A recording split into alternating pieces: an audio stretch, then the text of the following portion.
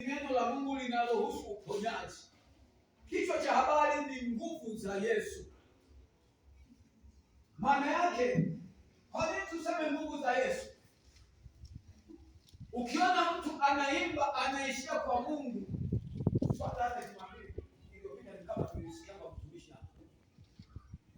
Anamaliza tu anamtaja Mungu, hiyo bado lazima aingie alitaje jina la Yesu.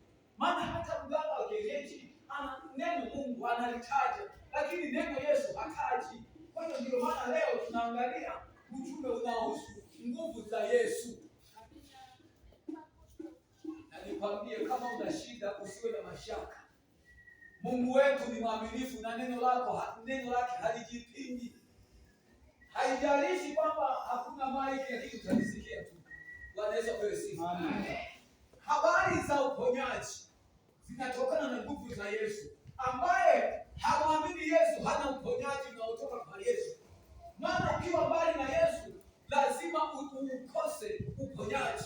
Lakini ukiwa karibu ya Yesu, kwanza yeye mwenyewe ameshasema ombeni kwa jina langu. Peke yake tu. Hakuna jina jingine. Na Mungu mwenyewe akasema hivi, wakati wamekusanyika wametulia mlimani, akaja akasema, wakasikia neno la Mungu linasema kwamba kwa Mungu kwamba huyu ni mwanangu mpendwa, msikieni yeye. Aliyetajwa ni Yesu, hakuna mwingine. Mbona hawajatajwa wengine? Kama kuna mbadala, mbona hawajatajwa? Maana yake ni Yesu pekee. Ana uwezo kufanya vitu vingi. Hebu tuangalie neno la Mungu. Kwa nini watu hawaponi? Kwa nini watu hawakutani na uponyaji wa Yesu Kristo? Ni kwa sababu ya kutokuamini. Mungu wetu anasisitiza kuamini. Mungu wetu anasisitiza kuamini. Yaani Yesu akikuponya anasema uende kwa amani, lakini uwe na imani vile vile, usitende dhambi tena.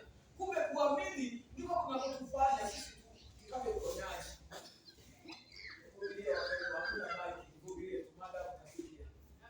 Sema amina. Amen. Sababu gani ambayo inaweza kukufanya usipokee uponyaji? Tuangalie Isaya. Kwanza huko kwanza. Tuangalie Isaya 8:19. Ukiona na unisomee. Isaya 8:19. Tuangalie mstari mmoja tu.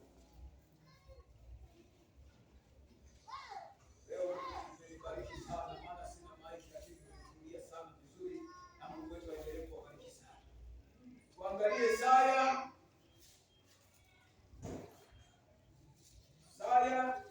8 mstari wa 19, anasemaje pale? Kusoma. Neno la Mungu linasema, na wakati watakapo kuambia, tafuta habari kwa watu wenye pepo na kwa wachawi waliao kama ndege na kunong'ona, je, haiwapasi watu kutafuta habari kwa Mungu wao? Je, waende kwa watu waliokufa kwa ajili ya watu walio hai? Amina. Tuache hapa kwa mstari mmoja. Sijui kama watu wameelewa. Narudia tena. Na wakati walipokuambia tafuta habari kwa watu wenye pepo, yaani wewe ulipokuwa na shida, walipokusukuma ndugu zako kukuambia kwamba nenda kwa waganga, habari ya tatizo hili, nenda kwa watu wenye pepo. Na wakati walipokuambia tafuta habari kwa watu wenye pepo na kwa wachawi waliao kama ndege na kunong'ona, je, haiwapasi watu